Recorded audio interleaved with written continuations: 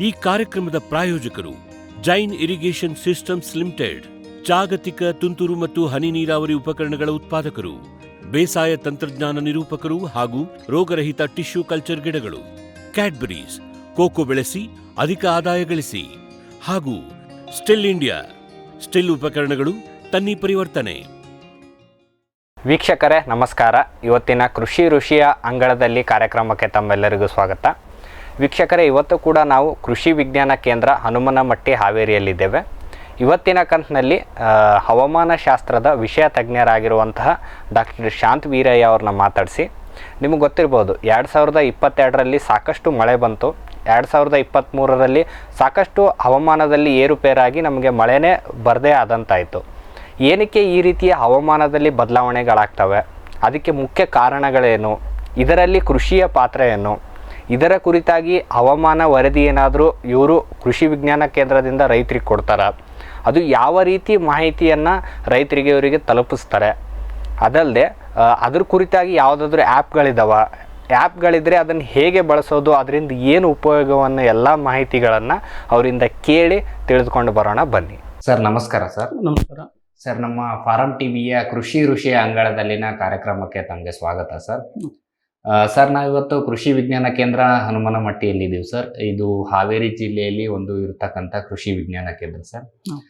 Sir, ಇವತ್ತು ಈ ಹವಾಮಾನ ಕುರಿತು ಒಂದು ಮಾಹಿತಿಯನ್ನು ಕೊಡಲಿಕ್ಕೆ ಇವತ್ತು ನಿಮ್ಮನ್ನು ಸಂದರ್ಶನ ಮಾಡ್ತಾ ಇದ್ದೀವಿ ಸರ್. ಅಂದರೆ ನಾವು ಹಲವಾರು ವರ್ಷಗಳಿಂದ, ಈ ಕಳೆದ ಒಂದು 3-4 ವರ್ಷಗಳಿಂದ ನೋಡಿದ್ರೆ ಸರ್, ಮಳೆ ಪ್ರಮಾಣ ಎಷ್ಟು ಬರಬೇಕಿತ್ತು ಅದಕ್ಕಿಂತ ಜಾಸ್ತಿ ಬಂತು. ಈ ವರ್ಷ ನೋಡಿದ್ರೆ ಬರಗಾಲ, ಈ ವರ್ಷ ಮಳೆನೇ ಇಲ್ಲ. ಆ ನಿಟ್ಟಿನಲ್ಲಿ ಇದು ಹವಾಮಾನ ಅಂದರೆ ಏನು, ಅದರ ಮಹತ್ವ ಏನು, ಅಥವಾ ಈ ಹವಾಮಾನ ಬದಲಾವಣೆ ಅಂದರೆ ಏನು, ಅದರಲ್ಲಿ ಕೃಷಿಯ ಹವಾಮಾನ ಮುನ್ಸೂಚನೆ ಮಹತ್ವ ಏನು ಅನ್ನೋದರ ಕುರಿತು ಒಂದು ಮಾಹಿತಿಯನ್ನು ನೀಡಲಿಕ್ಕೆ ನಿಮ್ಮನ್ನು ಸಂದರ್ಶನ ಮಾಡ್ತಾ ಇದ್ದೀವಿ ಸರ್. ಸರ್, ಮೊದಲನೇದಾಗಿ ಈ ಕೃಷಿ ವಿಜ್ಞಾನ ಕೇಂದ್ರದಲ್ಲಿ ನಿಮ್ಮ ರೋಲ್ ಏನು ಸರ್? ಅಂದರೆ ನೀವು ಯಾವ ರೀತಿ ರೈತರಿಗೆ ಒಂದು ನಿರತವಾಗಿ ಸಹಾಯ ಮಾಡ್ತಿದ್ದೀರಾ ಅಥವಾ ಮಾಹಿತಿಯನ್ನು ಕೊಡ್ತಾ ಇದ್ದೀರಾ? ಮೊಟ್ಟ ಮೊದಲನೇದಾಗಿ ನಮ್ಮ ಎಲ್ಲ ರೈತ ಬಾಂಧವರಿಗೆ ನಮಸ್ಕಾರ.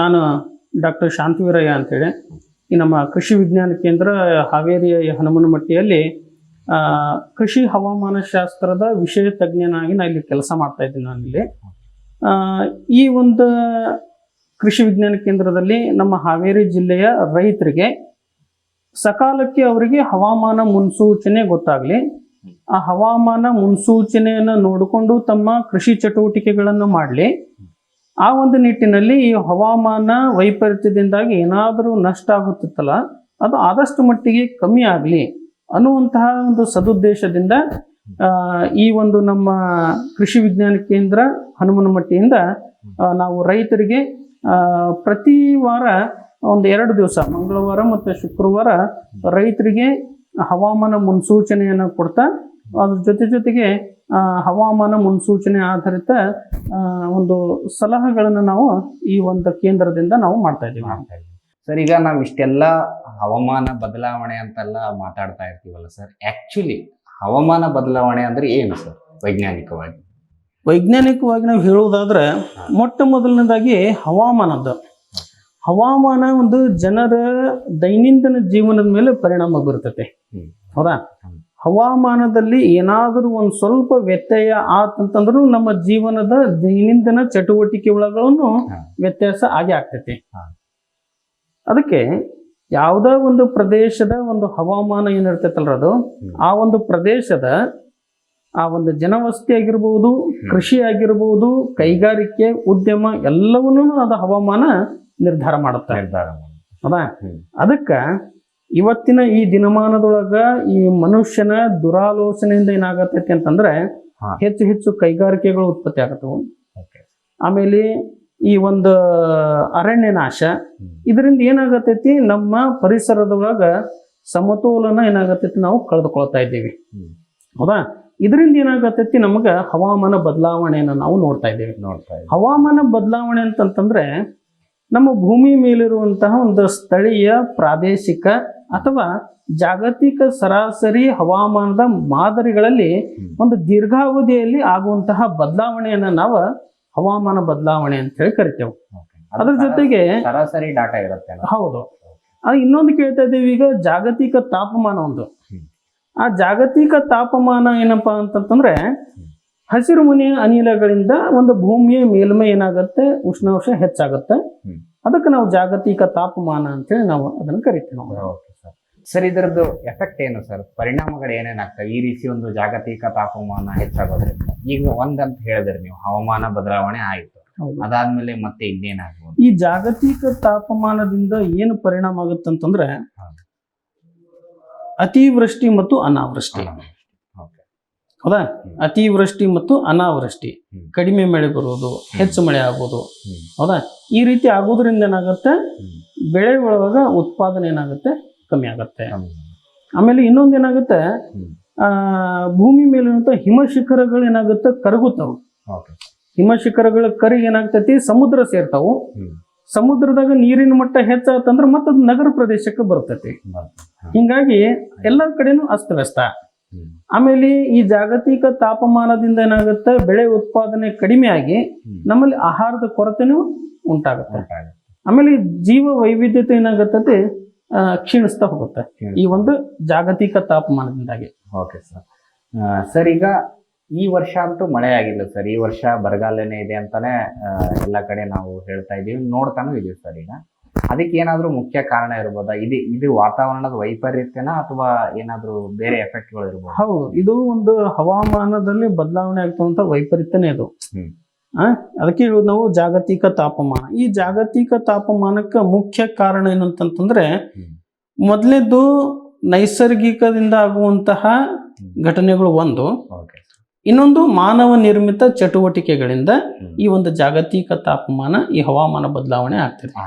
ನೈಸರ್ಗಿಕ ಘಟನೆಗಳಂತಂತಂದ್ರೆ ಅದು ಮೇ ಬಿ ನಾವು ಜ್ವಾಲಾಮುಖಿ ಸ್ಫೋಟ, ಕಾಡ್ಗಿಚ್ಚು, ಬೇರೆ ಬೇರೆ ಸೂಕ್ಷ್ಮಾಣು ಜೀವಿಗಳ ಒಂದು ಉಸಿರಾಟ, ಕೊಳೆಯುವಿಕೆ, ಇವುಗಳಿಂದ ಏನಾಗ್ತೈತಿ, ತಾಪಮಾನ ಹೆಚ್ಚಾಗುತ್ತೆ. ಬಟ್ ಅವೆಲ್ಲನೂ ಯಾವುದೇ ರೀತಿಯೂ ನಮ್ಮ ವಾತಾವರಣದಾಗ ಯಾವುದೇ ರೀತಿ ಪರಿಣಾಮ ಆಗುದಿಲ್ಲ ನೈಸರ್ಗಿಕ ಘಟನೆಗಳಿಂದ.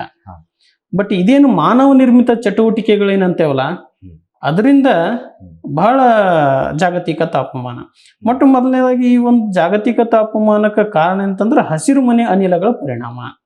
ಹಸಿರು ಮನೆ ಅನಿಲಗಳು ಅಂತಂದ್ರೆ ಯಾವ ಬರ್ತಾವ ನಮ್ಮಲ್ಲಿ, ಕಾರ್ಬನ್ ಡೈಆಕ್ಸೈಡು, ಆಮೇಲೆ carbon monoxide, nitrous oxide, chlorofluorocarbon, methane, ಇವೆಲ್ಲ ನಿಸರ್ಗದತ್ತವಾಗಿ ವಾತಾವರಣದಾಗ ಇದೇ ಅದಾವಿಲ್ಲ.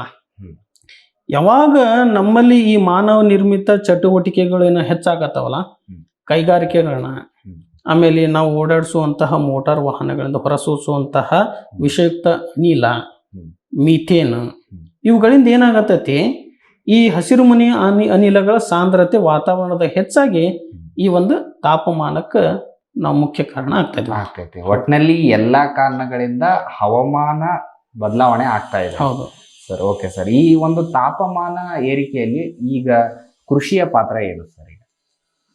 ಈ ಒಂದು ತಾಪಮಾನದ ಏರಿಕೆ ಒಳಗ ಕೃಷಿನೂ ಬಹಳ ಮುಖ್ಯ ಪಾತ್ರ ಅದ್ರೊಳಗ. ಅದ್ರ ಮೊದಲನೇದಾಗಿ ನಾವು ಹೇಳ್ಬೇಕಂತಂದ್ರೆ, ಒಂದಿಷ್ಟು ನಾವು ಅವೈಜ್ಞಾನಿಕವಾಗಿ ಚಟುವಟಿಕೆಗಳನ್ನ ನಮ್ಮ ಕೃಷಿಯಲ್ಲಿ ನಾವು ಮಾಡ್ತಾ ಇರೋದು. ಅದರಲ್ಲಿ ನಮ್ಮ ಈ ಒಂದು ಹಸಿರು ಮನೆ ಅನಿಲಗಳ ಹೊರಸೂಸುವಿಕೆ ಏನೈತಲ್ಲ, 25% ಈ ನಮ್ಮ ಕೃಷಿ, ಅರಣ್ಯ ಮತ್ತು ಭೂ ಬಳಕೆಯಿಂದಾಗಿ ಇದನ್ನ ನಾವು ನೋಡ್ತಾ ಇದ್ದೀವಿ. ಅದರೊಳಗೆ ಮೊದಲನೇದಾಗಿ ಮಣ್ಣಿನ ಉಳುಮೆ ಮಾಡೋದ್ರಿಂದ. ಬರೀ ನಾವು ಕಾರು, ಕಾರ್ಖಾನೆ ಅಂತ ಹೇಳಕ್ ಬರೋಲ್ಲ, ಕೃಷಿನೂ ಇದಕ್ಕೆ ಕಾರಣ ಇದೆ. ಅದ್ರೊಳಗ ಬರುವಂತ 25% ನಮ್ಮ ಕೃಷಿಯಿಂದನೇ. ಅದಕ್ಕೆ ನಾವು ಬಹಳ ಎಚ್ಚೆತ್ಕೊಳ್ಬೇಕೀಗ. ಏನು ಮೊದಲನೇದೀಗ ಮಣ್ಣಿನ ಒಂದು ಉಳುಮೆ ಮಾಡುವುದು, ಬಹಳ ಸಿಂಪಲ್ ಆಗಿ ಪದೇ ಪದೇ ಪದೇ ಪದೇ ನಮ್ಮ ಭೂಮಿಯ, ನಮ್ಮ ಜಮೀನನ್ನ ಉಳುಮೆ ಮಾಡೋದ್ರಿಂದ ಏನಾಗುತ್ತೆ, ಮಣ್ಣಿನಾಗಿರುವಂತಹ ಇಂಗಾಲ ವಾತಾವರಣಕ್ಕೆ ಎಕ್ಸ್ಪೋಸ್ ಆಗ್ತಾ. ಅವಾಗ ಏನಾಗ್ತದೆ, ನಮ್ಮ ಮಣ್ಣಿನಾಗಿರುವಂತಹ ಒಂದು ಇಂಗಾಲದ ಪ್ರಮಾಣ ವಾತಾವರಣಕ್ಕೆ ಹೋತಂತಂದ್ರೆ ಅದೇನಾಗುತ್ತೆ, ವಾತಾವರಣ ಕಲುಷಿತಕ್ಕೆ ಅದನ್ನು ಒಂದು ಕಾರಣ. ಅಂದ್ರೆ ಈಗ ಹಳೆ ಪದ್ಧತಿನೇ ಅಂತ ಹೇಳ್ಬೋದು ಸರ್. ಸಾಂಪ್ರದಾಯಿಕ ಪದ್ಧತಿಲಿ ಏನ್ ಮಾಡ್ತಾರಂದ್ರೆ, ಕಳೆ ನಿರ್ವಹಣೆಗೆ ನಮ್ಮ ಅಪ್ಪದವರೆಲ್ಲ ಹೇಳಿದಾರೆ, ಒಂದ್ 4-5 ಸಲ ಆದ್ರೂ ಉಳುಮೆ ಮಾಡೋಣ, ಪದೇ ಪದೇ ಪದೇ ಪದೇ ಮಾಡೋದು. ಅದರಿಂದ ಏನಾಗುತ್ತೆ, ನಮ್ಗೆ ಅವಶ್ಯಕತೆಕ್ಕಂತೆ ನಾವು ಅದನ್ನ ಮಾಡ್ಕೊಳ್ಬೇಕು. ಒಂದು ಇನ್ನೊಂದು ಈ ಒಂದು ರಸಗೊಬ್ಬರಗಳ ಬಳಕೆ, ರಸಗೊಬ್ಬರಗಳ ಬಳಕೆ ಅದರಲ್ಲಿಯೂ ನಮ್ಮ ಯೂರಿಯಾ ಹೌದಾ, ಈ ನೈಟ್ರಸ್ ಆಕ್ಸೈಡ್ ವಾತಾವರಣಕ್ಕೆ ಹೆಂಗೆ ಸೇರ್ತೈತಂದ್ರೆ ನಾವು ಉಪಯೋಗಿಸುವಂತಹ ರಾಸಾಯನಿಕ ಗೊಬ್ಬರ ಅದರಲ್ಲಿ ಯೂರಿಯಾನೇ ಹೆಚ್ಚಿಗೆ ಜನರು ನಮ್ಮ ರೈತರು ಯೂಸ್ ಮಾಡುವಂಥದ್ದು. ಒಂದು ಆದರ್ಶ ಅನುಪಾತ ಅಂತ ಹೇಳಿ ಐತಿ ಬಳಕೆ ಮಾಡಕ್ಕೆ. 4:3:2 ಅನುಪಾತ, ಸಾರಜನಕ 4, 2 ರಂಜಕ, 1 ಪೊಟ್ಯಾಶ್, ಈ ಒಂದು ಅನುಪಾತದಾಗ ನಾವು ಅದನ್ನು ಗೊಬ್ಬರವನ್ನು ನಾವು ಹಾಕಬೇಕು. ಬಟ್ ರೈತರು 8:3:1 ಆ ಒಂದು ಅನುಪಾತದಾಗ ಗೊಬ್ಬರವನ್ನು ಹಾಕ್ತಾ ಇದ್ದಾರೆ ಯಥೇಚ್ಛವಾಗಿ. ಯೂರಿಯಾ ಚೀಪ್ ಅಂಡ್ ಬೆಸ್ಟ್ ಅಂತ ಹೇಳಿನೂ ಕೂಡ ಸುಮ್ಮನೆ ಸಿಗ್ತದ ಅಂತ ಕೇಳೋಣ ಹಾಕ್ತಾ ಇದಾರೆ. ಆದ್ರೆ ನಮ್ಮ ಬೆಳೆಗಳಿಗೆ ಅಷ್ಟು ಅದು ಅವಶ್ಯಕತೆ ಇರುವುದೇ ಇಲ್ಲ. ಸುಮ್ಮನೆ ಒಬ್ಬ ರೈತ ಇವತ್ತೊಂದು ಚೀಲ ಹಾಕ್ಯಾನಂತಂದ್ರೆ ಇನ್ನೊಬ್ಬ ಪಕ್ಕದ ರೈತ ಇನ್ನೊಂದು ಚೀಲ ಯೂರಿಯಾ ಹಾಕಬೇಕು, 2 ಚೀಲ. ಬಟ್ ನಮ್ಮ ಬೆಳೆಗಳಿಗೆ ಅಷ್ಟು ಪ್ರಮಾಣದ ಸಾರಜನಕ ಬೇಕೇ ಆಗಿಲ್ಲ. ಅದೇನಾಗುತ್ತೆ, ವಾತಾವರಣಕ್ಕೆ ಸೇರಿ ನೈಟ್ರಸ್ ಆಕ್ಸೈಡ್ ರೂಪದಾಗ ವಾತಾವರಣಕ್ಕೆ ಸೇರುತ್ತೆ. ಇಲ್ಲಂತಂದ್ರೆ ನಮ್ಮ ಅಂತರ್ಜಲ ಸೇರಿ ಅಲ್ಲೂ ಕೂಡ ಕಲುಷಿತ ಆಗ್ತೈತಿ, ಅದು ನೈಟ್ರಸ್ ಆಕ್ಸೈಡ್. ವಿಶ್ವದಾದ್ಯಂತ ಪೇಟೆಂಟ್ ಪಡೆದ ನ್ಯಾನೋ ತಂತ್ರಜ್ಞಾನದಲ್ಲಿ ತಯಾರಾದ ನೂವಾಲ್ಗಿ ದ್ರಾವಣ. ನೂವಾಲ್ಗಿ ಉಪಯೋಗಿಸಿದ ಮೇಲೆ ತುಂಬಾ ಇಳುವರಿನೂ ಬಂದಿದೆ. ಕಾಳುಮೆಣಸಿಗಂತೂ ಬಹಳ ಚೆನ್ನಾಗಿ ಬರುತ್ತೆ, ರೇಷ್ಮೆ ಎಲೆನೂ ಚೆನ್ನಾಗಿ ಬರ್ತದೆ, ಗಿಡಗಳು ತುಂಬಾ ಚೆನ್ನಾಗಿ ಬೆಳವಣಿಗೆ ಆಯಿತು.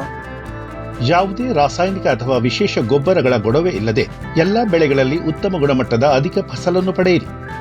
ಯಾವಾಗಲೂ ನನ್ನ ಇರೋವರೆಗೂ ನೀವು ಅಲ್ಲಿಗೆ ಅಂತ ಬಿಟ್ಟು ಬಾಳಲ್ಲ ಅಂತ ಒಂದು ಭರವಸೆ ಕೊಡ್ತೀನಿ.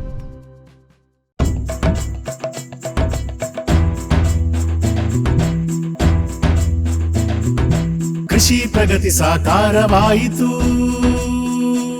ಸ್ಟಿಲ್ ತಂತ್ರಜ್ಞಾನದಿ ಸಾಧ್ಯವಾಯಿತು, ಬದಲಾವಣೆಗೆ ಕಾಲ ಕೂಡಿ ಬಂತು.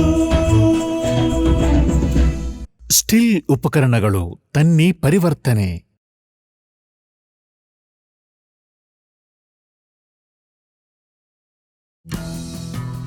ಜೈನ್ಸ್ ಜಗತ್ತಿನ ಅತಿದೊಡ್ಡ ಅಂಗಾಂಶ ಕೃಷಿ ಪ್ರಯೋಗಾಲಯ ಹಾಗೂ ಟಿಸಿ ಗಿಡಗಳ ಉತ್ಪಾದಕರು. ಸಮೃದ್ಧ ಇಳುವರಿಗೆ ಜೈನ್ ಜೀನೇನ್, ಯಾಲಕ್ಕಿ, ನೇಂದ್ರನ್ ಹಾಗೂ ಕೆಂಪು ಬಾಳೆ ಸಸಿಗಳು, ದಾಳಿಂಬೆ, ಭಗವತಳಿಯ ರೋಗಮುಕ್ತ ಸಸಿಗಳು, ಲಕ್ನೋ 49 ಪೇರಳೆ, ಸ್ಟ್ರಾಬೆರಿ ಇತ್ಯಾದಿ ಗಿಡಗಳು ಯೋಗ್ಯ ಬೆಲೆಯಲ್ಲಿ. ಅಂಗಾಂಶ ಕೃಷಿಯ ಜಾಗತಿಕ ಬ್ರ್ಯಾಂಡ್ ಜೈನ್.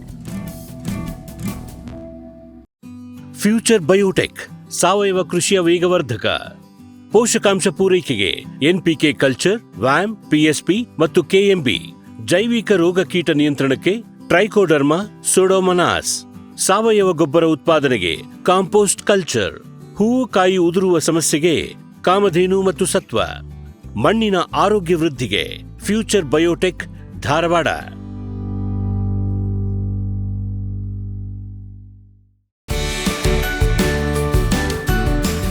ಎಲ್ಸಾಲ್ ತಂದಿದೆ ಜಾಗತಿಕ ಗುಣಮಟ್ಟದ ನಿಖರ ನೀರಾವರಿ ಮತ್ತು ಫರ್ಟಿಗೇಷನ್ ಆಟೋಮೇಷನ್ ತಂತ್ರಜ್ಞಾನ. ಕೃಷಿ ಕಾರ್ಮಿಕರ ಕೊರತೆ, ದುಬಾರಿ ಕೂಲಿ ಮತ್ತು ಅನಿಯಮಿತ ವಿದ್ಯುತ್ ಪೂರೈಕೆಗೆ ಪರಿಹಾರ. ನಮ್ಮ 12 ವರ್ಷಗಳ ನಂಬಿಕಾರ್ಹ ಉಪಕರಣಗಳಿಂದ ಇದೀಗ ಕೃಷಿ ನೀರಾವರಿ ನಿಮ್ಮ ಬೆರಳ ತುದಿಯಲ್ಲಿ. ಎಲ್ಸಾಲ್.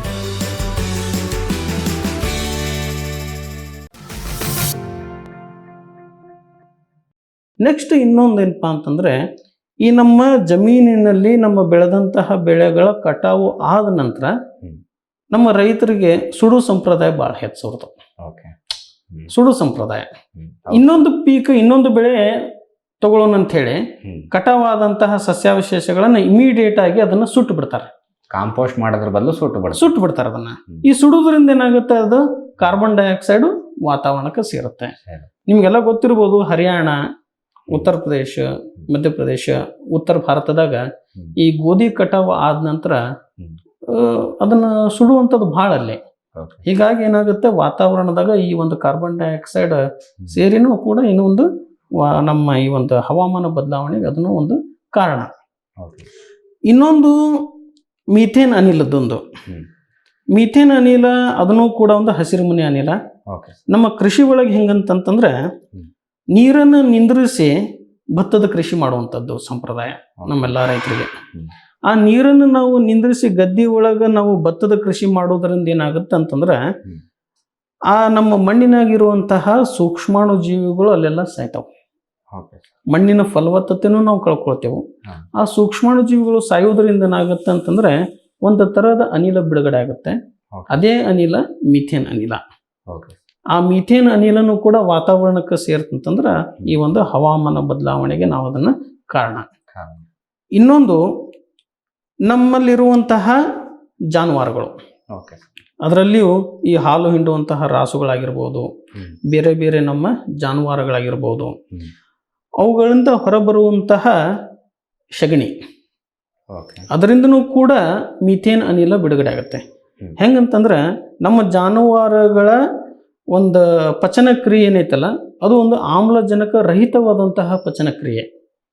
ಅವು ತಿಂದಂತಹ ಏನೇ ಒಂದು ಮೇವಾಗಿರ್ಬೋದು, ಬೇರೆ ಏನಾಗಿದ್ರು ಅದು ಸಗಣಿ ರೂಪದಾಗ ಹೊರಗೆ ಬಂದಾಗ ಅದು ಮೀಥೇನ್ ಅನಿಲ ಇದ್ದೇ ಇರುತ್ತೆ ಅದ್ರೊಳಗೆ. ಅದನ್ನು ನಾವು ಸಮರ್ಪಕವಾಗಿ ನಾವು ಬಳಕೆ ಮಾಡ್ಕೊಳ್ಳಿಲ್ಲ ಅಂತಂತಂದ್ರೆ ಅದನ್ನು ಕೂಡ ಮೀಥೇನ್ ಅನಿಲ ಎಂಬ ವಾತಾವರಣಕ್ಕೆ ಸೇರುತ್ತೆ. ಅದ್ರ ಬದಲು ಗೋಬರ್ ಗ್ಯಾಸ್ ಅದು ಹೌದು. ಅದಕ್ಕೆ ಇವೆಲ್ಲ ಕಾರಣಗಳು ನಮ್ಮ ಕೃಷಿ ಒಳಗ ಸಾರಜನಕದಾಗಿರ್ಬೋದು, ಮಣ್ಣಿನ ಉಳುಮೆ ಆಗಿರ್ಬೋದು, ಮೀಥೇನ್ ನೀರು ಕಟ್ಟಿ ಭತ್ತದ ಕೃಷಿ ಮಾಡುವುದಾಗಿರ್ಬೋದು, ಅಸಮರ್ಪಕವಾಗಿ ಸಗಣಿಯನ್ನು ನಾವು ಮಾಡೋದಿಲ್ಲ, ಅದನ್ನು ನಾವು ವಿಲೇವಾರಿ ಮಾಡೋದಿಲ್ಲ. ಇವೆಲ್ಲ ಕಾರಣಗಳಿಂದ ಏನಾಗ್ತೈತಿ ಈ ಒಂದು ಹವಾಮಾನ ಬದಲಾವಣೆಗೆ ನಾವೆಲ್ಲ ಕಾರಣ ಆಗ್ತೈತಿ ನಾವು ಕೃಷಿಯಲ್ಲಿಂದ. ಓಕೆ ಸರ್, ಇಷ್ಟೆಲ್ಲ ಕೃಷಿಯಿಂದ ಹವಾಮಾನ ಬದಲಾವಣೆ ಆಗ್ತಿದೆ ಅಂತಂದ್ರೆ ಇದನ್ನ ಹೋಗಲಾಡಿಸಕ್ಕೆ ಕೃಷಿಯಲ್ಲಿ ನಾವು ಏನು ಕ್ರಮಗಳನ್ನ ಕೈ ಮಾಡಬಹುದು? ಅದಕ್ಕಿಂತ ಮೊದಲಾಗಿ ಇನ್ನೊಂದೇನಪ್ಪ ಅಂದ್ರೆ ಹವಾಮಾನ ಮುಖ್ಯ ಕಾರಣ ಅಂತಂದ್ರೆ ಜನಸಂಖ್ಯೆನೂ ಕೂಡ. ನಾವು ಕೃಷಿದಷ್ಟೇ ಮಾತಾಡಿದ್ವಿ, ಹೌದಾ? ಕೃಷಿ ಬಿಟ್ಟು ಮುಖ್ಯವಾಗಿ ಬರುವುದನ್ನ ಜನಸಂಖ್ಯೆ. ಆ ಜನಸಂಖ್ಯೆ ಯಥೇಚ್ಛವಾಗಿ ನಮ್ಮಲ್ಲಿ ಏನಾಗ್ತಿದೆ ಅಂತಂದ್ರೆ ಜನಸಂಖ್ಯೆ ಏರ್ತಾನೆ ಹೋಗ್ತದೆ. ಒಂದು ಉದಾಹರಣೆ ಹೇಳ್ಬೋದು ನಿಮಗೆ. 1830 ನಮ್ಮ ಜನಸಂಖ್ಯೆ ಜಗತ್ತಿಂದ 100 ಕೋಟಿ. 1930 ಅದು 200 ಕೋಟಿ ಆಯ್ತು. ನಂತರ 1970 ಸಮಯದಲ್ಲಿ ಅಲ್ಲಿ ಏನಾಗುತ್ತೆ ಮತ್ತು ಅದು 400 ಕೋಟಿ. 1999 600 ಕೋಟಿ. 2020 780 ಕೋಟಿ. 2030 850 ಕೋಟಿ ಆಗ್ಬಹುದಂತ ಅಂದಾಜನ್ನು ನಾವು ಮಾಡಲಾಗಿದೆ. ಇದನ್ನೆಲ್ಲ ನಾವು ನೋಡ್ಕೋತ ಹೋದ್ರೆ ಯಾವ ರೀತಿ ಅನಿಸ್ತಾ ಇದೆ ಅಂತಂದ್ರೆ 1830ರಿಂದ 1930 100 ಕೋಟಿ ಇದ್ದಿದ್ದನ್ನು 200 ಕೋಟಿ ಆಯ್ತು. 100 ವರ್ಷಕ್ಕೆ 100 ಕೋಟಿ.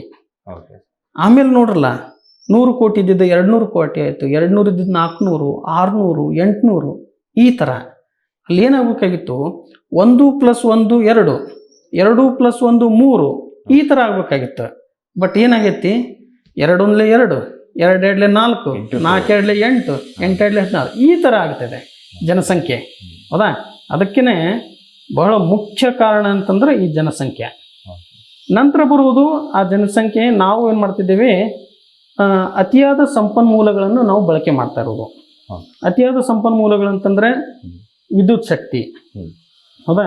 ನಮ್ಮ ಮನೆಯಲ್ಲಿ ಎಲ್ಲೇ ಇರಲಿ, ಆಫೀಸ್ನಲ್ಲಿ ಇರ್ಬೋದು, ಮನೆಯಲ್ಲಿರ್ಬೋದು, ಈ ವಿದ್ಯುತ್ ಶಕ್ತಿನ ಅನಾವಶ್ಯಕವಾಗಿ ನಾವು ಅದನ್ನು ಬಳಕೆ ಮಾಡೋದ್ರಿಂದ ಏನಾಗುತ್ತೆ, ಅಲ್ಲಿ ವಿದ್ಯುತ್ ಸ್ಥಾವರಗಳಲ್ಲಿ ಉತ್ಪತ್ತಿ ಆಗುವಂತಹ ವಿದ್ಯುತ್ತಿಗೆ ನಾವು ಏನು ಬೇಕಾಗುತ್ತೆ, ಕಲ್ಲಿದ್ದಲು, ಹೌದಾ? ಅಲ್ಲಿ ಕಲ್ಲಿದ್ದಲು ನಾವು ಹೆಚ್ಚು ಹೆಚ್ಚು ಸುಡೋದ್ರಿಂದ ಏನಾಗುತ್ತೆ, ಅಲ್ಲಿನೂ ಕೂಡ ಕಾರ್ಬನ್ ಡೈಆಕ್ಸೈಡ್ ವಾತಾವರಣಕ್ಕೆ ಸೇರುತ್ತೆ. ಅದಕ್ಕೆ ಅದು ಒಂದು ಕಾರಣ. ಇನ್ನೊಂದೇನು ಕಾರಣ ಅಂತಂತಂದ್ರೆ ನಮ್ಮ ಜೀವನ ಶೈಲಿ, ನಮ್ಮ ಆಧುನಿಕ ಜೀವನ ಪದ್ಧತಿ. ಹೆಂಗಂದ್ರೆ ಎಲ್ಲರ ಮನೆಯಲ್ಲಿನೂ ಈಗ ರೆಫ್ರಿಜರೇಟರ್, ಫ್ರಿಜ್ಜು ಇದೆ ಅದಾವ್ರಿಗೆ. ಆ ಒಂದು ಫ್ರಿಜ್ನಲ್ಲಿ ಬರುವಂತಹ ಏನು ತಂಪು ಅನಿಲ ಏನೈತಲ್ಲ, ಆ ತಂಪು ಅನಿಲ ಅದು ಮೀಥೇನ್ ಅನಿಲ, ಹೌದಾ? ಅದು ಒಂದು. ಆಮೇಲೆ ಇನ್ನೊಂದು, ನಾವು ಕುಳಿತುಕೊಳ್ಳುವಂತಹ ರೂಮ್ ಒಳಗೆ AC, ಕಾರ್ನ್ಯಾಗ ಇರುವಂತಹ AC, ಇವೆಲ್ಲ AC ಏನದು ಅಂತಂದ್ರೆ ಇದು ಮೀಥೇನ್ ಅನಿಲ. ಇದು ಯಾವುದೇ ಥರದ್ದು ಸುಖದ ಗಾಳಿ ಅಲ್ಲ ಇದು, ಹೌದಾ? ಇದು ಒಂದು ವಿಷಯುಕ್ತ ಅನಿಲ, ಹೌದಾ? ಈ ಮೀಥೇನ್ ಅನಿಲನೂ ಕೂಡ ನಮ್ಮ ವಾತಾವರಣಕ್ಕೆ ಸೇರ್ತೈತಿ. ಇದರಿಂದನೂ ಕೂಡ ಏನಾಗ್ತೈತಿ, ಹವಾಮಾನಕ್ಕೆ ನಾವು ಬದಲಾವಣೆಗೆ ನಾವು ಕಾರಣ ಆಗ್ತಿದ್ವಿ. ಆಮೇಲೆ ನಮ್ಮ ಆಧುನಿಕ ಕೃಷಿ ಪದ್ಧತಿಗಳು, ನಾವೇನು ಮೊದಲು ಹೇಳಿದ್ನಲ್ಲ, ಭತ್ತದ ಕೃಷಿ ಆಗಿರ್ಬೇಕು, ಆಮೇಲೆ ಜಾನುವಾರುಗಳ ಅಸಮರ್ಪಕ ನಿರ್ವಹಣೆ, ಇವೆಲ್ಲನೂ ಕೂಡ ಏನಾಗತೈತಿ ಈ ಒಂದು ಹವಾಮಾನ ಬದಲಾವಣೆಗೆ ನಾವು ಕಾರಣ ಆಗ್ತಿದ್ವಿ. ಆಮೇಲೆ ನೀವು ಕೇಳಿದಂಗ ಯಾವ ರೀತಿ ಪರಿಣಾಮ ಬೀರ್ತಾ ಇದೆ ಅಂತಂದ್ರೆ, ತಾಪಮಾನದ ಏರಿಕೆಯಿಂದ ಬೆಳೆಗಳ ಮೇಲೆ ಯಾವ ರೀತಿ ಪರಿಣಾಮ ಆಗ್ಬೋದು ಅಂತಂದ್ರೆ, ಈ ತಾಪಮಾನದಿಂದ ಬೆಳೆಗಳಲ್ಲಿ ಬೆಳವಣಿಗೆ ಮತ್ತು ಅವುಗಳ ಅಭಿವೃದ್ಧಿ ಏನಾಗತೈತಿ ಹೆಚ್ಚಾಗ್ತೈತಿ ಒಮ್ಮೆ. ಅದರಿಂದ ಏನಾಗತೈತಿ ನಮ್ಮ ಬೆಳೆಗಳಿರುವಂತಹ ನೀರಿನ ಅಂಶ ಆವಿಯಾಗಿ ವಾತಾವರಣಕ್ಕೆ ಸೇರುವುದಾಗತ್ತೆ. ಆಮೇಲೆ ಬೆಳೆಗಳಲ್ಲಿ ತೇವಾಂಶದ ಮಟ್ಟ ಏನಾಗುತ್ತೆ ಕಮ್ಮಿ ಆಗುತ್ತೆ, ಮಣ್ಣಿನಾಗಿರುವಂತಹ ತೇವಾಂಶ ಕಮ್ಮಿ ಆಗುತ್ತೆ, ನೀರಿನ ಬೇಡಿಕೆ ಹೆಚ್ಚಾಗುತ್ತೆ. ಆಮೇಲೆ ತೇವಾಂಶ ಕಮ್ಮಿ ಆತಂತಂದ್ರೆ ಸಮರ್ಪಕವಾಗಿ ಪೋಷಕಾಂಶಗಳು ಬೆಳೆಗಳಿಗೆ ಅಲ್ಲಿ ಸಿಗುವುದಿಲ್ಲ. ಆಮೇಲೆ ಸಮರ್ಪಕವಾಗಿ ಸಿಗಲಿಲ್ಲ ಅಂತಂದ್ರೆ ಬೆಳೆಗಳು ಏನಾಗುತ್ತೆ ಅಂತಂದ್ರೆ ಅವಧಿಕ್ಕಿಂತ ಮುಂಚೆನೇ ಏನಾಗುತ್ತೆ ಅವು ಮಾಗಿ ನಾವು ಜಲ್ದಿ ಕಟಾವು ಮಾಡುವಂತ ಸಮಯ ನಮಗೆ ಬರುತ್ತೆ. ಅಲ್ಟಿಮೇಟ್ಲಿ ನಮಗೆ ಲಾಸ್ಟಿಗೆ ಬೆಳೆ ಉತ್ಪಾದನೆ ನಮಗೆ ಕಮ್ಮಿ ಆಗುತ್ತೆ, ಇಳುವರಿ ಕಮ್ಮಿ ಆಗುತ್ತೆ. ಇವೆಲ್ಲ ಈ ಒಂದು ಹವಾಮಾನ ಬದಲಾವಣೆಯಿಂದ ನಮ್ಮ ಬೆಳೆಗಳ ಮೇಲೆ ಬಹಳ ಒಂಥರ ದುಷ್ಪರಿಣಾಮ ಇದೊಂದು. ಸರ್, ಈಗ ಹಾಗಾದ್ರೆ ಕೃಷಿಯಲ್ಲಿ ಹವಾಮಾನ ಮುನ್ಸೂಚನೆ ಮಹತ್ವ ಏನಿದೆ ಸರ್? ಈಗ ನಿಮ್ಗೆ ಗೊತ್ತಿದಂಗೆ ಹೆಚ್ಚಿನ ಜನಸಂಖ್ಯೆ ಒತ್ತಡ, ಆಮೇಲೆ ಈ ಒಂದು ಕೃಷಿಯಲ್ಲಿ ಬದಲಾಗ್ತಿರುವಂತಹ ಆಧುನಿಕ ಪದ್ಧತಿಗಳು, ಆಮೇಲೆ ನಾವೇನು ಹೇಳ್ತೀವಲ್ಲ ಅಭಿವೃದ್ಧಿ ಹೊಂದುತ್ತಿರುವಂತಹ ದೇಶಗಳು ನಾವೆಲ್ಲ, ಅದರಲ್ಲಿ ಈ ಒಂದು ಕೃಷಿ ವಿಜ್ಞಾನದ ಸೇವೆಗಳು ಬಹಳ ಜವಾಬ್ದಾರಿತವಾಗಿ ಕಾರ್ಯನಿರ್ವಹಿಸುವಂಥದ್ದು. ಹೌದಾ? ಈ ನಿಟ್ಟಿನೊಳಗ ಆಧುನಿಕ ಕೃಷಿ ತಂತ್ರಜ್ಞಾನಗಳಾಗಿರ್ಬೋದು, ನೀರಿನ ನಿರ್ವಹಣೆ ಆಗಿರ್ಬೋದು, ಆಮೇಲೆ ನಮ್ಮ ಹವಾಮಾನ ಮುನ್ಸೂಚನೆಯಂತಹ ಸೇವೆಗಳು, ಈ ಥರ ಸೇವೆಗಳು ಹೆಚ್ಚಿನ ಬೇಡಿಕೆಗಳು ನಮ್ಮ ಕೃಷಿ ಸಮುದಾಯಗಳಿಂದ ಬಹಳ ನಿರೀಕ್ಷಣೆ. ಹೌದಾ? ಈ ಒಂದು ದಿಶೆ ಒಳಗ ಭವಿಷ್ಯದ ಸವಾಲುಗಳನ್ನು ಎದುರಿಸಲಿಕ್ಕೆ, ಆಮೇಲೆ ರೈತರ ಕೃಷಿ ಚಟುವಟಿಕೆಗಳನ್ನು ಸಮರ್ಪಕವಾಗಿ ಅದನ್ನ ಕಾರ್ಯ ಮಾಡೋಕ್ಕೆ ಈ ಒಂದು ಹವಾಮಾನದ ಮುನ್ಸೂಚನೆ ಅರಿವು ಬಹಳ ಮುಖ್ಯ. ಯಾಕಂದ್ರೆ ನಮ್ಮ ಕೃಷಿಯಲ್ಲಿ ಎಲ್ಲಾ ನಮ್ಮ ಚಟುವಟಿಕೆಗಳು ನಿಂತಿರುವುದನ್ನೇ ಹವಾಮಾನದ ಮೇಲೆ. ಹೌದಾ? ನಮ್ಮ ಭೂಮಿ ಸಿದ್ಧತೆ ಹಿಡ್ಕೊಂಡು ಲಾಸ್ಟ್ ಕಟಾವು ಆಗೋ ಮಟನು ನಾವೆಲ್ಲ ಹವಾಮಾನದ ಮೇಲೆನ ನಿಂತಿರೋದು. ಇವತ್ತಿನ ಈ ದಿನಮಾನದೊಳಗ ಈ ಒಂದು ಹವಾಮಾನ ವೈಪರೀತ್ಯದಿಂದಾಗಿ ರೈತರು ಅನೇಕ ನಷ್ಟ ಮತ್ತು ತೊಂದರೆಯನ್ನು ಅನುಭವಿಸ್ತಾ ಇದ್ದು ಈ ಒಂದು ಹವಾಮಾನ ಮುನ್ಸೂಚನೆಯನ್ನು ನೋಡಿಕೊಂಡು ಕೃಷಿ ಮಾಡುವಂತ ಸಂದಿಗ್ಧ ಪರಿಸ್ಥಿತಿ ಈಗ ಬಂದೈತಿ. ಯಾಕಂದ್ರೆ ಹಿಂದೆ ನಮ್ಮ ಪೂರ್ವಜರು ಎಲ್ಲರೂ ಈ ಒಂದು ಮಳೆ ನಕ್ಷತ್ರಗಳ ಅನುಸಾರವಾಗಿ ತಮ್ಮ ಕೃಷಿ ಚಟುವಟಿಕೆಗಳನ್ನು ಮಾಡ್ತಿದ್ರು ಅವಾಗ. ಬಟ್ ಇವಾಗ ಏನಾಗತ್ತೈತಿ, ಯಾವುದೇ ರೀತಿಯ ಮಳೆ ನಕ್ಷತ್ರಗಳ ಅನುಸಾರವಾಗಿ ಮಳೆ ಬರ್ತಾ ಇಲ್ಲ. ಹೌದಾ? ಹಸ್ತ ಹೋಗಿ ಚಿತ್ತಿ ಆಗೈತಿ, ಚಿತ್ತಿ ಹೋಗಿ ಹಸ್ತ ಆಗೈತಿ. ಹೌದಾ? ಇಂಥ ಒಂದು ಸಂದಿಗ್ಧ ಪರಿಸ್ಥಿತಿ ಒಳಗ ರೈತರು ಈ ಒಂದು ಹವಾಮಾನ ಮುನ್ಸೂಚನೆಯನ್ನು ನೋಡಿಕೊಂಡು ಕೃಷಿ ಮಾಡುವಂತ ಸಂದಿಗ್ಧ ಪರಿಸ್ಥಿತಿ ಈಗಂತೂ ಬಂದೈತ್ರಿ. ಹೌದು ಸರ್, ಈಗ ಈ ನಿಟ್ಟಿನಲ್ಲಿ ನೀವು ಯಾವ ರೀತಿ ರೈತರಿಗೆ ಮುನ್ಸೂಚನೆ ನೀಡ್ತಾ ಇದ್ದೀರಿ? ಈ ಒಂದು ನಿಟ್ಟಿನಲ್ಲಿ ಒಂದು ಭಾರತ ಹವಾಮಾನ ಇಲಾಖೆಯಿಂದ ಪ್ರತಿಯೊಂದು ಕೃಷಿ ವಿಜ್ಞಾನ ಕೇಂದ್ರಗಳಲ್ಲಿ ಭಾರತ ಹವಾಮಾನ ಇಲಾಖೆ ಮತ್ತು ನಮ್ಮ ಕೃಷಿ ವಿಶ್ವವಿದ್ಯಾಲಯಗಳ ಒಂದು ಸಹಯೋಗದೊಂದಿಗೆ ಪ್ರತಿಯೊಂದು ಕೃಷಿ ವಿಜ್ಞಾನ ಕೇಂದ್ರಗಳಲ್ಲಿ ಜಿಲ್ಲಾ ಕೃಷಿ ಹವಾಮಾನ ಘಟಕ ಅಂತ ಹೇಳಿ ಸ್ಥಾಪನೆ ಮಾಡಿದ್ದಾರೆ. ಗ್ರಾಮೀಣ ಕೃಷಿ ಮೌಸಮ್ ಸೇವಾ ಯೋಜನೆ ಅಡಿ ಒಳಗ ಜಿಲ್ಲಾ ಕೃಷಿ ಹವಾಮಾನ ಘಟಕ ಅಂತ ಹೇಳಿ ಸ್ಥಾಪನೆ ಮಾಡಲಾಗಿದೆ. ಆ ಒಂದು ಘಟಕದಿಂದ ನಾವು ರೈತರಿಗೆ ಮುಂದಿನ 5 ದಿನಗಳ ಹವಾಮಾನ ಮುನ್ಸೂಚನೆಯನ್ನು ನಾವು ಕೊಡ್ತಾ ಇದ್ದೇವೆ. ಅದನ್ನ ನಮ್ಮ ಹಾವೇರಿ ಜಿಲ್ಲೆಯ ಎಲ್ಲಾ ತಾಲೂಕುಗಳ ರೈತರನ್ನೊಳಗೊಂಡಂತಹ ವಾಟ್ಸಪ್ ಗ್ರೂಪ್ಗಳನ್ನು ನಾವು ಮಾಡೇವ್ರು. ನಾವು ಸಪ್ರೇಟ್ ಆಗಿನೇ ಎಲ್ಲಾ ತಾಲೂಕುದನ್ನು ಸಪ್ರೇಟ್ ಆಗಿನೇ ರೈತರ ಒಂದು ವಾಟ್ಸಪ್ ಗ್ರೂಪ್ಗಳನ್ನು ಮಾಡೇವು. ಆ ಒಂದು ವಾಟ್ಸಪ್ ಗ್ರೂಪ್ಗಳ ಮೂಲಕ ನಾವು ಹವಾಮಾನ ಮುನ್ಸೂಚನೆ ಮತ್ತು ಹವಾಮಾನ ಆಧಾರಿತ ಕೃಷಿ ಸಲಹೆಗಳನ್ನ ನಾವು ರೈತರಿಗೆ ಪ್ರತಿ ಮಂಗಳವಾರ ಮತ್ತು ಶುಕ್ರವಾರ ನಾವು ತಲುಪಿಸ್ತಾ ಇದ್ದೇವೆ.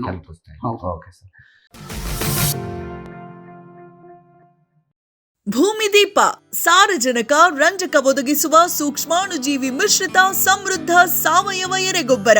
ಕಾಳು ಮೆಣಸಿಗೆ ಟ್ರೈಕೋಡರ್ಮಾ ಸಂವರ್ಧಿತ ವಿಶೇಷ ಎರೆಗೊಬ್ಬರ. ಕುದುರೆ, ಹೇಸರಗತ್ತೆ, ಲದ್ದಿಯ ಅಧಿಕ ಪೌಷ್ಟಿಕಾಂಶದ ಅಶ್ವಸಾರ ಎರೆಗೊಬ್ಬರ. ಎನ್ಪಿಕೆ, ಲಘು ಮತ್ತು ಸೂಕ್ಷ್ಮ ಪೋಷಕಾಂಶಗಳು, ಸಸ್ಯ ಪ್ರಚೋದಕಗಳು ಹಾಗೂ ಹಾರ್ಮೋನುಗಳ ಆಗರ ಭೂಮಿದೀಪ ಎರೆಗೊಬ್ಬರ. ಕ್ಯಾಟ್ ಕ್ಯಾಡ್ಬರಿ ಚಾಕೊಲೇಟಿನ ಮೂಲ ಅಂಶ ಕೋಕೋ.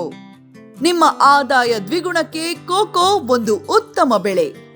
ಅಂತರ ಬೆಳೆ, ಏಕ ಬೆಳೆಯಾಗಿ ಕರ್ನಾಟಕದೆಲ್ಲೆಡೆ ಕೋಕೋ ಬೆಳೆಯಬಹುದು. ಹೈಬ್ರಿಡ್ F1 ಗಿಡಗಳ ಪೂರೈಕೆ ಮತ್ತು ಕೋಕೋ ಬೀಜ ಖರೀದಿ ಕ್ಯಾಡ್ಬರಿಯಿಂದ. ಲಕ್ಷಾಂತರ ಎಕರೆ ಬೆಳೆ ವಿಸ್ತರಣೆಗೆ ಇದೇ ಅವಕಾಶ.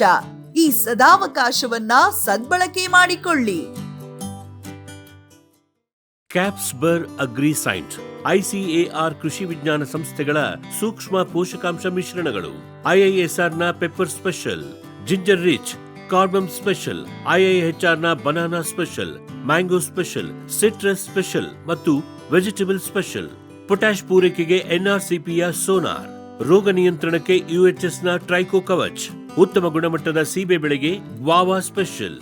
10 ವರ್ಷಗಳಿಂದ ರೈತರ ಸೇವೆಯಲ್ಲಿ ಕ್ಯಾಪ್ಸ್ಬರ್ಡ್. ಜೈನ್ ಇರಿಗೇಷನ್ ಸಿಸ್ಟಮ್ಸ್ ಲಿಮಿಟೆಡ್ ಭಾರತದ ಹನಿ ನೀರಾವರಿ ತಂತ್ರಜ್ಞಾನದ ಪ್ರಥಮ ಪ್ರವರ್ತಕ. ಜಗತ್ತಿನ ಅತಿ ದೊಡ್ಡ ಸ್ಪ್ರಿಂಕ್ಲರ್ಸ್ ಉತ್ಪಾದಕ ಕಂಪನಿ. ಸಂರಕ್ಷಿತ ಕೃಷಿಯಲ್ಲಿ ಹಸಿರು ಮನೆಗಾಗಿ ಮಿಸ್ಟರ್, ಫಾಗರ್, ಫ್ಯಾನ್ ಮತ್ತು ಪ್ಯಾಡ್ ಹಾಗೂ ನೆರಳು ಮನೆ. ಸ್ವಯಂ ಚಾಲಿತ ನೀರಾವರಿ ವ್ಯವಸ್ಥೆ ಮತ್ತು ರಸಾವರಿ ತಂತ್ರಜ್ಞಾನ. ಕೃಷಿಯಲ್ಲಿ ನೀರಿನ ಸಮರ್ಪಕ ಬಳಕೆ ಹಾಗೂ ಉಳಿತಾಯಕ್ಕೆ ಮತ್ತೊಂದು ಹೆಸರು ಜೈನ್. ಗ್ರೀನ್ ಪ್ಲಾಸ್ಟ್ ISI ಪ್ರಮಾಣೀಕೃತ ಪರಿಶುದ್ಧ HDPE ಜಿಯೋ ಮೆಂಬ್ರೇನ್ ಪಾಂಡ್ ಲೈನರ್ಗಳು. ಕೃಷಿ ಹೊಂಡ, ಕೆರೆ, ಕಾಲುವೆ, ಮೀನುಕೊಳ, ಸ್ಪಿರುಲಿನಾ ಹೊಂಡಗಳಿಗೆ ಬೇಕಾದ ಆಕಾರ ಮತ್ತು ವಿಸ್ತೀರ್ಣಗಳಲ್ಲಿ ಸರ್ಕಾರದ ಸಬ್ಸಿಡಿ ಯೋಜನೆಯಡಿ ಲಭ್ಯ. 100% ಪುನರ್ಬಳಕೆ, UV ಮತ್ತು ಒಡಕು ನಿರೋಧಕ, ಪಕ್ಕಾ ಜೋಡಣೆ, 5 ವರ್ಷಗಳ ಲಿಖಿತ ವಾರಂಟಿ. ಗ್ರೀನ್ ಪ್ಲಾಸ್ಟ್.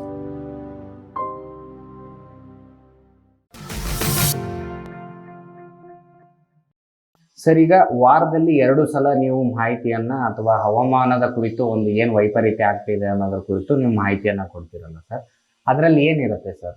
ಅಂದ್ರೆ ಈ ವಾರದಲ್ಲಿನೇ ಬರುತ್ತಾ, ಹಂಗೇನಾದ್ರೂ ಈ ವೀಕ್ ಡೇಸ್ ಅಲ್ಲಿ ಹೆಂಗೆ? ಇಲ್ಲ, ಆ ಒಂದು ನಿಟ್ಟಿನಲ್ಲಿ ನಾವೇನ್ ಮಾಡ್ತಿದ್ದೀವಿ ಅಂದ್ರೆ, ನಮ್ಮ ಕೃಷಿ ವಿಜ್ಞಾನ ಕೇಂದ್ರ ಹನುಮನಮಟ್ಟಿಯಿಂದ ನಮಗೆ ಪ್ರತಿ ಮಂಗಳವಾರ ಮತ್ತು ಶುಕ್ರವಾರ ಭಾರತ ಹವಾಮಾನ ಇಲಾಖೆ ಪ್ರಾದೇಶಿಕ ಕೇಂದ್ರ ಬೆಂಗಳೂರಿನಿಂದ ನಮ್ಮ ಹಾವೇರಿ ಜಿಲ್ಲೆಯ ಎಲ್ಲ ತಾಲೂಕುಗಳಿಗೂ ಮುಂದಿನ 5 ದಿನಗಳ ಹವಾಮಾನ ಮುನ್ಸೂಚನೆ ನಮಗೆ ಬರುತ್ತೆ. ಓಕೆ.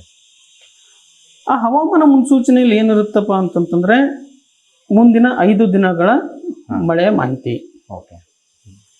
ಮಳೆ ಬರ್ತೈತಂದ್ರೆ ಎಷ್ಟು ಬರಬಹುದು, ಏನು ಕಡಿಮೆ ಪ್ರಮಾಣ ಬರಬಹುದು. ಈ ಡಾಟಾ ಎಲ್ಲ ಹಳೆ 10 ವರ್ಷಗಳ ಡಾಟಾ ಇರುತ್ತಾ ಹೆಂಗೆ ಸರ್ ಇದು? ಇಲ್ಲ, ನಮಗೆ ಮುಂದಿನ 5 ದಿನಗಳ ಮುನ್ಸೂಚನೆ ನಮಗೆ ಕೊಡ್ತಾರೆ.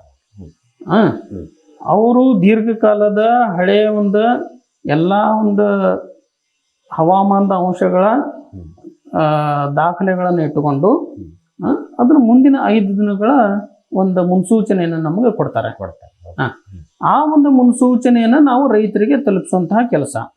ಮಳೆ ಮಾಹಿತಿ ಆಗಿರ್ಬೋದು, ತಾಪಮಾನದಾಗಿರ್ಬೋದು, ಆಮೇಲೆ ವಾತಾವರಣದಲ್ಲಿರುವಂತಹ ಆರ್ದ್ರತೆ ಆಗಿರ್ಬೋದು, ಗಾಳಿಯ ವೇಗ, ಗಾಳಿಯ ದಿಕ್ಕು ಎಲ್ಲಾನು ನಾವು ನಮ್ಮ ಹಾವೇರಿ ಜಿಲ್ಲೆಯ ಎಲ್ಲಾ ತಾಲೂಕುಗಳಿಗೂ ನಾವು ಮುಂದಿನ 5 ದಿನಗಳ ಮುನ್ಸೂಚನೆಯನ್ನು ನಾವು ಕೊಡ್ತಾ ಇದ್ದೇವೆ. ಸರ್, ಅದ್ರ ಜೊತೆಗೆ ಈಗ ನೀವು ಹವಾಮಾನದ ಮುನ್ಸೂಚನೆ ಕೊಡ್ತಾ ಇದ್ದೀರಲ್ಲ ಸರ್, ಅದ್ರ ಜೊತೆಗೆ ಯಾವುದಾದ್ರೂ ಈ ಗುಡ್ ಅಗ್ರೋನಾಮಿಕ್ ಪ್ರಾಕ್ಟೀಸಸ್ ಸರ್, ಇಂಥ ಸಮಯದಲ್ಲಿ ಯಾವುದಾದ್ರೂ ಬೇಸಾಯ ಕ್ರಮಗಳನ್ನು ಇದನ್ನೇ ಮಾಡಬೇಕು ಅದನ್ನು ಕೊಡ್ತೀರಾ ಹೇಗೆ? ಹೌದು, ನಾವು ಬರೀ ಹವಾಮಾನ ಮುನ್ಸೂಚನೆಯನ್ನು ಅಷ್ಟೇ ಕೊಡೋದಲ್ಲದೆ, ಆ ಹವಾಮಾನ ಮುನ್ಸೂಚನೆಗೆ ತಕ್ಕಂತ ರೈತರು ಏನು ಕೃಷಿ ಚಟುವಟಿಕೆಗಳನ್ನು ಮಾಡಬೇಕು. ಈಗ ಹವಾಮಾನದ ಅಂಶಗಳು ನಮ್ಮ ಬೆಳೆ ಮೇಲೆ ಯಾವ ರೀತಿ ಪರಿಣಾಮ ಬೀರುತ್ತೆ, ಆ ಪರಿಣಾಮದಿಂದ ಬೆಳೆಗಳ ಮೇಲೆ ಏನು ಅದರ ಮೇಲೆ ವ್ಯತಿರಿಕ್ತ ಪರಿಣಾಮ ಆಗುತ್ತೆ, ಅದನ್ನು ತಗ್ಗಿಸ್ಲಿಕ್ಕೆ ಏನು ಹತೋಟಿ ಕ್ರಮಗಳನ್ನು ನಾವು ತೆಗೆದುಕೊಳ್ಬೇಕು ಅನ್ನುವಂಥದ್ದು. ಆ ಮುನ್ಸೂಚನೆ ಜೊತೆಗನೆ ನಮ್ಮ ಕೃಷಿ ವಿಜ್ಞಾನ ಕೇಂದ್ರದಲ್ಲಿ ಎಲ್ಲಾ ತರಹದ ವಿಜ್ಞಾನಿಗಳು ಇದಾರೆ. ಇಲ್ಲಿ ಬೇಸಾಯದ ವಿಜ್ಞಾನಿ, ತೋಟಗಾರಿಕೆ, ಹೈನುಗಾರಿಕೆ, ಮಣ್ಣು ವಿಜ್ಞಾನಿ, ಕೀಟದ ಬಗ್ಗೆ, ರೋಗದ ಬಗ್ಗೆ ಎಲ್ಲಾ ತರದ ವಿಜ್ಞಾನಿಗಳು ನಮ್ಮಲ್ಲಿ ಇರ್ತಾರೆ. ಆ ಮುನ್ಸೂಚನೆಯನ್ನು ತೆಗೆದುಕೊಂಡು ಮುಂದಿನ ದಿನದಲ್ಲಿ ಆ ಮುನ್ಸೂಚನೆಗೆ ತಕ್ಕಂತೆ ಏನು ರೈತರು ಕೃಷಿ ಚಟುವಟಿಕೆಗಳನ್ನು ಮಾಡಬೇಕು, ಬಿತ್ತನೆಯ ಸಮಯದಲ್ಲಿ ಯಾವ ರೀತಿ ತಳಿಗಳನ್ನು ಆಯ್ಕೆ ಮಾಡ್ಕೋಬೇಕು, ಯಾವ ರೀತಿ ಗೊಬ್ಬರಗಳನ್ನು ಕಟ್ಟಬೇಕು ನಾವು, ಆಮೇಲೆ ಬೆಳವಣಿಗೆ ಹಂತದಲ್ಲಿ ಏನಾದರೂ ಕೀಡೆ ರೋಗ ಆ ಥರ ಏನಾದರೂ ಸಮಸ್ಯೆ ಇತ್ತಂದರೆ ಆ ಮುನ್ಸೂಚನೆಗೆ ತಕ್ಕಂಥ ಮುನ್ನೆಚ್ಚರಿಕೆಯಾಗಿ ಏನು ನೀವು ಸಿಂಪರಣೆಗಳನ್ನು ತೆಗೆದುಕೊಳ್ಬೇಕು ಅನ್ನುವಂಥದ್ರ ಬಗ್ಗೆ ಕೃಷಿ, ತೋಟಗಾರಿಕೆ, ಹೈನುಗಾರಿಕೆ ಎಲ್ಲದರ ಬಗ್ಗೆನೂ ನಾವು ಹಂತ ಹಂತವಾಗಿ ಒಂದಷ್ಟು ನಾವು ಬೆಳೆ ಸಲಹಾ ಸಾರಾಂಶವನ್ನು ಸಿದ್ಧಪಡಿಸಿ ರೈತರಿಗೆ ನಾವು ಮುಟ್ಟಿಸ್ತಾ ಇದ್ದೇವೆ. ಹೌದು ಸರ್, ಈಗ ಈಗೆಲ್ಲ ಅಂತೂ ಆಧುನಿಕತೆ ಜಾಸ್ತಿ ಆಗಿದೆ ಸರ್. ಅದನ್ನ ನಿಟ್ಟಿನಲ್ಲಿ ಇದ್ರ ಕುರಿತಾದ ಯಾವ್ದಾದ್ರು ಮೊಬೈಲ್ ಅಪ್ಲಿಕೇಶನ್ಸ್ ಆ್ಯಪ್ ಏನಾದರೂ ಇದೆಯಾ ಹೆಂಗೆ? ಹೌದು, ಹವಾಮಾನ ಮುನ್ಸೂಚನೆ, ಹವಾಮಾನ ಆಧಾರಿತ ಕೃಷಿ ಸಲಹೆಗಳನ್ನು ಈ ಒಂದು ಸಮೂಹ ಸಂವಹನ ಮಾಧ್ಯಮಗಳಾದಂತಹ ಟಿವಿ ಆಗಿರ್ಬೋದು, ರೇಡಿಯೋ ಆಗಿರ್ಬೋದು, ಆಮೇಲೆ ಈ ಮೊಬೈಲ್ಗಳ ಮೂಲಕ ನಾವು ಏನಾದರೂ ಕೊಟ್ವಿ ಅಂತಂದರೆ ರೈತರಿಗೆ ನಾವು ಹೆಚ್ಚಿನ ಮೌಲ್ಯವನ್ನು ದೊರಕಿಸಿದಂತಾಗುತ್ತೆ. ಆ ಒಂದು ನಿಟ್ಟಿನಲ್ಲಿ ಭಾರತ ಹವಾಮಾನ ಇಲಾಖೆ, ನಮ್ಮ ಭಾರತೀಯ ಒಂದು ICR ಏನಿದೆಯಲ್ಲ, ICR ಒಂದು ಸಹಯೋಗದೊಂದಿಗೆ ಮೇಘದೂತ ಅನ್ನುವಂತಹ ಒಂದು ಮೊಬೈಲ್ ಅಪ್ಲಿಕೇಶನ್ನ ಬಿಡುಗಡೆ ಮಾಡಲಾಗಿದೆ. ಆ ಒಂದು ಮೇಘದೂತ ಆ್ಯಪನ್ನು ರೈತರು ಡೌನ್ಲೋಡ್ ಮಾಡ್ಕೊಂಡ್ರೆ ಅಂತಂದರೆ ಮುಂದಿನ 5 ದಿನಗಳ ಹವಾಮಾನ ಮುನ್ಸೂಚನೆ ಏನೈತಿ ಅದು ಹೆಂಗಂತಂದರೆ ಡೌನ್ಲೋಡ್ ಮಾಡಿಕೊಂಡ್ರೆ ಆಯಾ ಒಂದು ಜಿಲ್ಲೆಯ ಮುಂದಿನ 5 ದಿವಸದ ಹವಾಮಾನ ಮುನ್ಸೂಚನೆ ಅವರಿಗೆ ಗೊತ್ತಾಗುತ್ತೆ. ಅದರಲ್ಲೆಲ್ಲ ಇದಿರುತ್ತೆ. ಪ್ಲೇಸ್ಟೋರಲ್ಲಿ ಹೋಗಿ ಡೌನ್ಲೋಡ್ ಮಾಡ್ಕೊಳ್ಬೇಕು. ಭಾರತ ಸರ್ಕಾರದ ಲಾಂಛನ ಇರುವಂತಹದ್ದು ಒಂದು ಮೇಘದೂತ ಆ್ಯಪ್ ಬರುತ್ತೆ. ಅದನ್ನು ಡೌನ್ಲೋಡ್ ಮಾಡ್ಕೊಂಡ ನಂತರ ಮೊಬೈಲ್ ನಂಬರ್ ಕೇಳುತ್ತೆ. ಆ ಮೊಬೈಲ್ ನಂಬರ್ ಕೇಳಿದ ನಂತರ ಭಾಷೆ ಕೇಳುತ್ತೆ. ಇದರಲ್ಲಿ 10 ರಿಂದ 13 ಭಾಷೆಗಳಲ್ಲಿ ಈ ಸೇವೆ ಇದೆ. ರೈತರು ಯಾವ ಭಾಷೆ ಬೇಕೋ ಆ ಭಾಷೆಯನ್ನು ಆಯ್ಕೆ ಮಾಡಿಕೊಂಡು ತಮ್ಮ ಹೆಸರು, ಮೊಬೈಲ್ ನಂಬರು, ಆಮೇಲೆ ಯಾವ ಜಿಲ್ಲೆಯವರು, ಅದು ಬಹಳ ಮುಖ್ಯ. ಒಂದೇ ಸಲ ಮಾಡೋದಿರುತ್ತೆ, ಬಹಳ ಕರೆಕ್ಟಾಗಿ ಮಾಡಬೇಕು. ಯಾವ ಜಿಲ್ಲೆ, ಯಾವ ತಾಲೂಕು, ನೀವು ಯಾವ ಗ್ರಾಮದವರು ಅನ್ನುವಂಥದ್ದೆಲ್ಲ ನೋಂದಣಿ ಮಾಡಬೇಕು. ನೋಂದಣಿ ಮಾಡಿದ ನಂತರ ಅದು ನಿಮಗೆ ಮುಂದಿನ ಇದರೊಳಗೆ ನಿಮ್ಮ 5 ದಿನಗಳ ಹವಾಮಾನ ಮುನ್ಸೂಚನೆ, ಆಮೇಲೆ ನಿಮ್ಮ ಜಿಲ್ಲೆಯಲ್ಲಿ ಬೆಳೆಯುವಂತಹ ಪ್ರಮುಖ ಬೆಳೆಗಳ ಒಂದು ಬೆಳೆ ಸಲಹಾ ಸಾರಾಂಶವನ್ನು ನೀವು ಆ ಒಂದು ಆ್ಯಪ್ನಲ್ಲಿ ನೀವು ಅದನ್ನು ನೋಡ್ಬೋದು. ಹೌದು ಸರ್, ಇದರದ್ದು ಆ್ಯಕ್ಯುರೇಸಿ ಹೆಂಗೆ ಸರ್? ಇದು ಪಕ್ಕ ಇರತ್ತಂತನ 5 ದಿವಸ? ಹೌದು, ಆ್ಯಕ್ಯುರೇಸಿ ಅಂದ್ರೆ 100% ಏನು ಇರೋದಿಲ್ಲ. ಹೌದಾ, ಏನಿಲ್ಲ ಅಂದ್ರೂ ಒಂದು 70% ರಿಂದ 80% ಅದರಲ್ಲಿ ಆ್ಯಕ್ಯುರೇಸಿ ಇದೇ ಇರುತ್ತೆ. ರೈತರು ಆ ಒಂದು ಸೇವೆಯನ್ನು ಸದುಪಯೋಗ ಪಡಿಸ್ಕೋಬೇಕು ಅದನ್ನ, ಯಾಕಂದ್ರೆ ಇಂದಿನ ದಿನಮಾನ ಬಹಳ ಅವಶ್ಯಕತೆ ಅದು. ಸರ್, ಈಗ ಅದೇ ನಿಟ್ಟಿನಲ್ಲಿ ಇನ್ನು ಬೇರೆ ಆ್ಯಪ್ಸ್ ಏನಾದರೂ ಇದಾವ? ಹೌದು, ಇನ್ನೊಂದು ಆ್ಯಪ್ ಇದೆ. ಏನಂತಂದ್ರೆ ಮಳೆಗಾಲದ ಸಂದರ್ಭದಲ್ಲಿ ಮಳೆ ಜೊತೆಗೆ ಈ ಗುಡುಗು, ಮಿಂಚು, ಸಿಡಿಲು ಏನಂತೇವಲ್ಲ, ಅದನ್ನು ಬಹಳ. ಹೌದಾ, ನಮ್ಮ ನೈಸರ್ಗಿಕ ಘಟನೆಗಳಿಂದ ಆಕಸ್ಮಿಕ ಸಾವುಗಳೇನಾಗ್ತಾ ಇದಾವಲ್ಲ, ಅದರಲ್ಲಿ 25% ಈ ಒಂದು ಅಸಾಮಾನ್ಯ ಹವಾಮಾನ ಅಂಶಗಳಂತಹ ಈ ಒಂದು ಶಾಖದಲ್ಲಿ ಆಗಿರ್ಬೋದು, ಆಮೇಲೆ ಬಿಸಿಲಿನ ಹೊಡೆತ ಆಗಿರ್ಬೋದು, ಸಿಡಿಲು, ಚಂಡಮಾರುತ, ಇವುಗಳಿಂದನ ಸಾವನ್ನಪ್ತಾ ಇದರಲ್ಲಿ.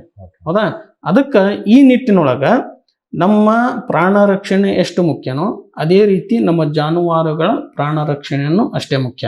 ಯಾಕಂದ್ರೆ ರೈತರು ಹೊಲದಲ್ಲಿ ಹೋದಾಗ ಸಿಡಿಲಿನಿಂದ ಸತ್ತಂತಹ, ಸಾವನ್ನಪ್ಪಿದಂತಹ ಎಷ್ಟೋ ಉದಾಹರಣೆಗಳದಾವು.